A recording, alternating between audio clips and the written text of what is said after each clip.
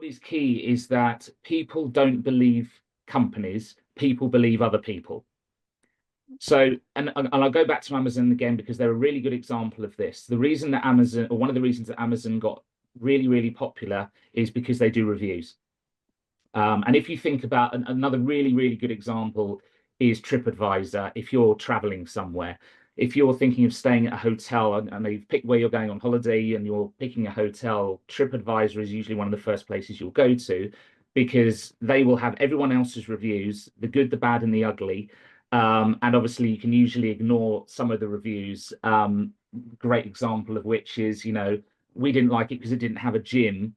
Well, you could have read that before you went there. If you wanted a hotel with a gym, go to the hotel with a gym. Anyway, but you can see, for example, if the staff are nice, if the hotel is clean, if it's not noisy at night, and things like that.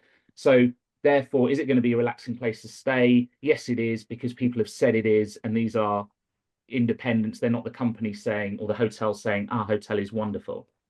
So And for me, it's a bonus that it doesn't have a gym. well, it's the funny thing actually about that story, I just digress a little bit, is that the hotel in question was actually in I think it was Luzerne in Switzerland, and it was up the steepest hill ever. And if they'd have really wanted to do exercise, they could have just run up and down to the hotel for about 10 minutes and they'd have done the job. Anyway, I digress. So basically, they need proof that you can solve their problem. So that will be, again, as I say, from reviews, but also, for example, if you've worked with really big companies. So you'll see quite often websites will have a sort of sliding Logos. logos of panel of Mm. people they've worked with. And that's obviously powerful as well. Is this Um, still above the fold or are we further down now? I would try and put as much of this above the fold as possible. And one Okay. point on things like testimonials is I see it so often they're either hidden way down the bottom or they're on another page. They're a click away.